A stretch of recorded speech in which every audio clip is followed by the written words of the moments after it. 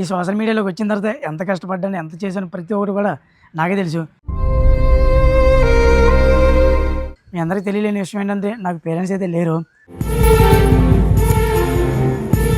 నన్ను చాలామంది చాలా విధాలుగా కామెంట్ చేశారు. నా ఫ్యామిలీ మెంబర్సే, నా ఫ్రెండ్స్ ఇలా చాలామంది. అంటే మనకి రీచ్ లేనంత కాలం చాలామంది చాలా విధాలుగా అంటుంటారు. ఇదంతా పెట్టించుకోకుండా కంటిన్యూ చేయాలి. అప్పుడు నేను అలా చేశాను కాబట్టి ఈరోజు ఈ స్టేజ్‌లో ఉన్నాను. ఫ్రెండ్స్, ఈ వీడియో నాకు చాలా స్పెషల్. ఎందుకంటే నాకు యూట్యూబ్ నుంచి ఫస్ట్ పేమెంట్ అయితే వచ్చింది. ఇదంతా మీ అందరి సపోర్ట్ వల్లనే. నా గోరంత చెమటకు కొండంత సిరులిచి పెంచినది ప్రజలే. నేను ఎవరో మీకు తెలియకపోయినా సరే నన్ను మీ ఇంట్లో ఒక పర్సన్ లాగా నమ్మి నా కంటెంట్ని ఇంతలో ఆదరించి నన్ను ఇంతలో సపోర్ట్ చేసినందుకు మీ అందరికీ heartfully very very thank you so much. అలాగని ఈ వీడియో కేవలం యూట్యూబ్ నుంచి వచ్చిన ఫస్ట్ పేమెంట్ గురించి మాత్రమే కాదు, మీరు అందరూ డిఎం చేసి అడుగుతున్నట్టు నా ఫ్యామిలీ గురించి, అలానే ఈ సోషల్ మీడియాలో నా జర్నీ ఎలా ఉంది, ఈ సోషల్ మీడియాలోకి వచ్చి నేను ఎంతకాలం అవుతుంది, ఒకవేళ కొత్తగా ఎవరైనా ఈ సోషల్ మీడియాలోకి వద్దామనుకునే వాళ్ళకి నేను వద్దామనుకునే సజెషన్స్ ఏంటనేది ప్రతి ఒక్కటి కూడా నేను మీతోని డీటెయిల్డ్గా షేర్ చేసుకోబోతున్నాను. యూట్యూబ్ నుంచి నాకు ఫస్ట్ రెవెన్యూ ఎంత వచ్చింది ఈ విషయం చెప్తానని మీరైతే అనుకోకండి. ఎందుకంటే నేనను కదా, ఏ యూట్యూబర్ కూడా రెవెన్యూ అయితే రివీల్ చేయడం. ఎందుకంటే వేరే యూట్యూబర్తో కంపేర్ చేసుకున్నప్పుడు నాకు ఎక్కువ రెవెన్యూ వచ్చింది అనుకోండి, నా పైన వీడు ఎక్కువ సంపాదించిస్తున్నాడు అన్నట్టు మైండ్లో ఉంటుంది. అదే తక్కువ వచ్చింది అనుకోండి, నా పైన వీడు ఇంతే కదా సంపాదిస్తున్నాడు అన్నట్టు మైండ్లో ఉండిపోద్ది. అందు గురించి నేను రెవెన్యూ అయితే బయటకు రివీల్ చేయట్లేదు.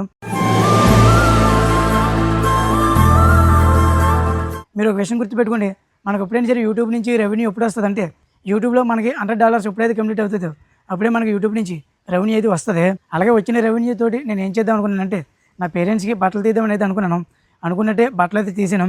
అలానే రోడ్ సైడ్ పీపుల్ ఉంటారు కదా, వాళ్ళకి ఫుడ్ డొనేట్ చేద్దామని అయితే అనుకున్నాను. కాకపోతే వచ్చిన రెవెన్యూ మొత్తం నా పేరెంట్స్కి బట్టలు తీయడానికి సరిపోయింది. అందు గురించి ఇంకా రోడ్ సైడ్ పీపుల్కి ఫుడ్ అయితే డొనేట్ చేయలేదు. నెక్స్ట్ రెవెన్యూ వచ్చినప్పుడు వచ్చిన అమౌంట్ తోటి ఫుడ్ అయితే డొనేట్ చేస్తాను.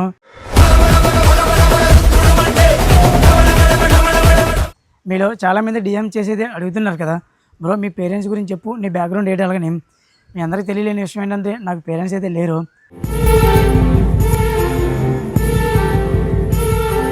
మా పేరెంట్స్ చనిపోయి ఇంచుమించు 15 సంవత్సరాలు అయితే అవుతుంది.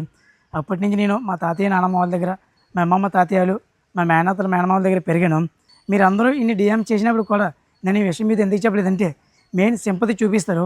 ఈ సింపతి తోటి ఎదగడం నాకు ఇష్టం లేదు. నా మైండ్ సెట్ అలాంటిదంటే, నాకు కావాల్సింది ఏదైనా సరే సొంతంగా నా సొంత కష్టంతో సాధించుకోవాలి అనేది నా మైండ్ సెట్. మళ్ళీ వీళ్ళు లేరనే విషయం మీకు చెప్తే అక్కడ సింపతి చూపిస్తారనే ఉద్దేశంతో నేనైతే మీకు చెప్పలేదు, అంతేగాని వేరే ఉద్దేశంతో అయితే కాదు. అలాగని మీరు ఇక ఇంతకని మించి ఎక్కువ కూడా నా ఫ్యామిలీ డీటెయిల్స్ గురించి అయితే ఏం అడగండి. ఈ కంటెంట్ క్రియేషన్ నేను ఎప్పుడు స్టార్ట్ చేశాను, కంటెంట్ క్రియేషన్లోకి వచ్చిన తర్వాత నా లైఫ్ ఎలా ఉంది ప్రతి ఒక్కటి కూడా మీతోటి షేర్ చేసుకోబోతున్నాను. నేను కంటెంట్ క్రియేషన్ ఏమో 2021లో అయితే స్టార్ట్ చేశాను. అప్పటి నుంచి ఇప్పటి వరకు ఒక 3 యూట్యూబ్ ఛానల్స్ అయితే పెట్టాను. ఇదేమో నా 3rd YouTube channel. First YouTube channel ఏమో గేమింగ్ ఛానల్. అప్పట్లోనే నాకు అంత ఐడియా అయితే ఏం లేదు. నా ఫ్రెండ్స్ అందరూ కాస్త ట్రోలింగ్ చేస్తున్నారనే ఉద్దేశంతో ఆ యూట్యూబ్ ఛానల్ అయితే డిలీట్ చేసాను. సెకండ్ ఏమో డివైవే ప్రాజెక్ట్ ఛానల్ అయితే పెట్టాను. అది కూడా నేనైతే చాలా కష్టపడ్డాను. నా ఛానల్ అయితే ఎంత కష్టపడ్డాననేది నాకే తెలుసు. ఎన్నో నిద్రలేని రాత్రులు, ఎన్నో రోజులు తినకుండా వీడియో చేశాను. ప్రతి ఒక్కటి కూడా ఛానల్కి నేను ఇన్వెస్ట్మెంట్ కూడా అలానే పెట్టాను. ప్రతి ఒక్క రూపాయి కూడా నేను సొంత కష్టంతో కష్టపడి నేనైతే చాలా ఇన్వెస్ట్మెంట్ అయితే పెట్టాను ఆ ఛానల్ పైన. ఆ ఛానల్ కూడా ఎటువంటి గ్రోత్ అనేది లేకపోవడంతో ఆ ఛానల్ కూడా ఇక వదిలేసాను. ఎలాగైతే లాభం లేదు, కంటెంట్ క్రియేషన్ని సెకండరీ కింద పెట్టి ఏదైనా బిజినెస్ స్టార్ట్ చేద్దాం కదా అనే ఉద్దేశంతో డీజే బిజినెస్ అయితే స్టార్ట్ చేసినాం. ఎలాగ డీజే బిజినెస్ స్టార్ట్ చేసాం కదా, సెకండరీ కింద యూట్యూబ్ చేద్దాం అనుకున్నాం కదా, అదేదో డీజే వీడియోస్ చేద్దాం కదా అలాగనే ఉద్దేశంతో డీజే వీడియోస్ అయితే చేసినాం. డీజే వీడియోస్కి అయితే అప్పుడు రీచ్ వచ్చింది. అప్పటి నుంచి ఇప్పటి వరకు ఈ ఛానల్స్ ఏమో అలా ఈ స్థాయికి అయితే వచ్చాయి. అలాగని నాకు అప్పుడు సిచ్యువేషన్ అనేది బాగోలేనప్పుడు నా పాత డీజే సెటప్ అయితే అమ్మేసాను. అమ్మేసే టైంలోనే యూట్యూబ్ ఛానల్ అనేది మానిటైజేషన్ అయ్యి ఇన్స్టాలో కాస్త రీచ్ వచ్చింది. మళ్ళీ ఇంక ఎలాగైతే వదిలేస్తే లాభం లేదనే ఉద్దేశంతో మళ్ళీ డీజే సెటప్ తీసుకుని కంటెంట్ క్రియేషన్ అయితే స్టార్ట్ చేశాను. ఇప్పుడైతే కంటెంట్ క్రియేషన్ అనేది యూట్యూబ్ ఛానల్ అలానే ఇన్స్టా ఛానల్ అనేది ఈ స్టేజ్లోనే అయితే ఉంది. అలాగని నాకు సోషల్ మీడియా నుంచి ఎటువంటి ఒక రూపాయి కూడా రాలేదు ఇప్పటికొచ్చి. ఇప్పుడే లాస్ట్ టైం నాకు యూట్యూబ్ ఛానల్ అనేది మానిటైజేషన్ అయినప్పుడు రెవెన్యూ అయితే వచ్చింది. అలాగని అందరూ అంటుంటారు కదా, కంటెంట్ క్రియేషన్లో మనకి ఎంతో కొంత రీచ్ ఉంటే ప్రమోషన్లు వస్తుంటాయి, సోషల్ మీడియా నుంచి రెవెన్యూ వస్తుంటుంది. అలాగని నాకైతే ఇప్పుడు వచ్చి ఒక రూపాయి రాలేదు. నేనైతే ఈ సోషల్ మీడియా పైన ఇంచుమించు ఒక 2 lakhs వరకు ఇన్వెస్ట్మెంట్ అయితే చేశాను. అయినప్పటికీ నాకైతే ఈ సోషల్ మీడియా నుంచి రెవెన్యూ అంటూ ఏం రాలేదు.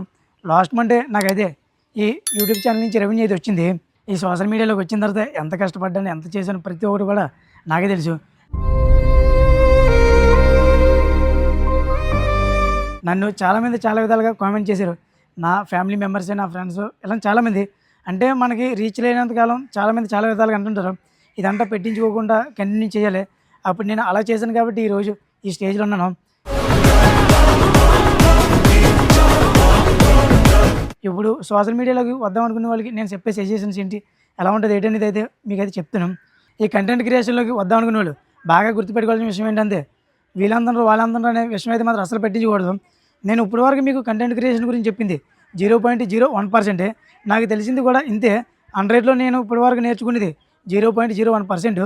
దీన్ని బట్టి మీరు అర్థం చేసుకోవచ్చు కంటెంట్ క్రియేషన్ అనేది ఎంత డెప్త్ ఉంటుంది అనేది. వన్స్ ఒకసారి కంటెంట్ క్రియేషన్ అనేది స్టార్ట్ చేసిన తర్వాత మళ్ళీ మధ్యలో అనేది ఆపడానికి అసలు ఆలోచించకండి. ఎందుకంటే అలాగ ఆపమంటే ఇంకా తర్వాత నెగిటివ్ కామెంట్స్ ఎలా ఉంటుంది ఏంటనేది అప్పుడు మీకు తెలుస్తుంటుంది. ఇప్పుడు నేను చెప్పినా సరే మీకు అర్థం కాదు.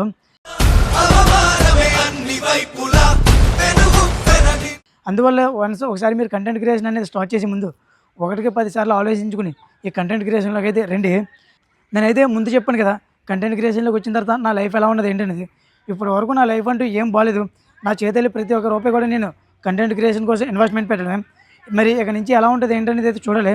ప్రమోషన్లు అనేవి వస్తే కాస్తో కిస్తో బాగానే ఉంటుందో లైఫ్ లీడ్ చేయొచ్చు అన్నట్టు చాలామంది దగ్గర ఆలోచించాను. మరి నాకంటే కంటెంట్ క్రియేషన్లోని పెద్దగా ప్రమోషన్ అంటే ఏం రాలేదు. చూద్దాం మరి ఇక నుంచి లైఫ్ అనేది ఎలా ఉంటుంది ఏంటనేది. కానీ కంటెంట్ క్రియేషన్లోని ఫ్రీడమ్ అయితే ఒకటి ఉంటుంది. మెయిన్ ఇది ఒకటి బాగా తెలుసుకోవాల్సిన విషయం అందరూ.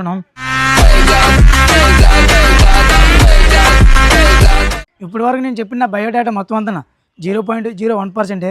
నా బయోడేటా కూడా ఇంకా చాలా ఉంది. ఎంత చెప్పినా సరే ఈ వీడియో అయితే చాలదు. మినిమం ఒక 1 to 2 hours అయితే ఉంటుంది. అందు గురించి ఇంకా వీడియో అనేది లాగ్ చేయడం ఇష్టం లేక నేనైతే ఏం చెప్పలేదు. అలానే మీరు ఇంకా ఏవి కూడా అడగండి. ఈ వీడియోని ఎక్కడితోనే వదిలేయండి. వీడియోగా నచ్చితే ఒక లైక్ చేసి వీడియో ఎలా అనిపించింది అనేది కామెంట్ చేయండి. అలాగే మీరు వీడియోని ఎక్కడి నుంచి చూస్తున్నారనేది కామెంట్ చేసి, అలాగే మీరు మన ఛానల్ మాత్రం సబ్స్క్రైబ్ చేసుకోవడం అసలు మర్చిపోకండి.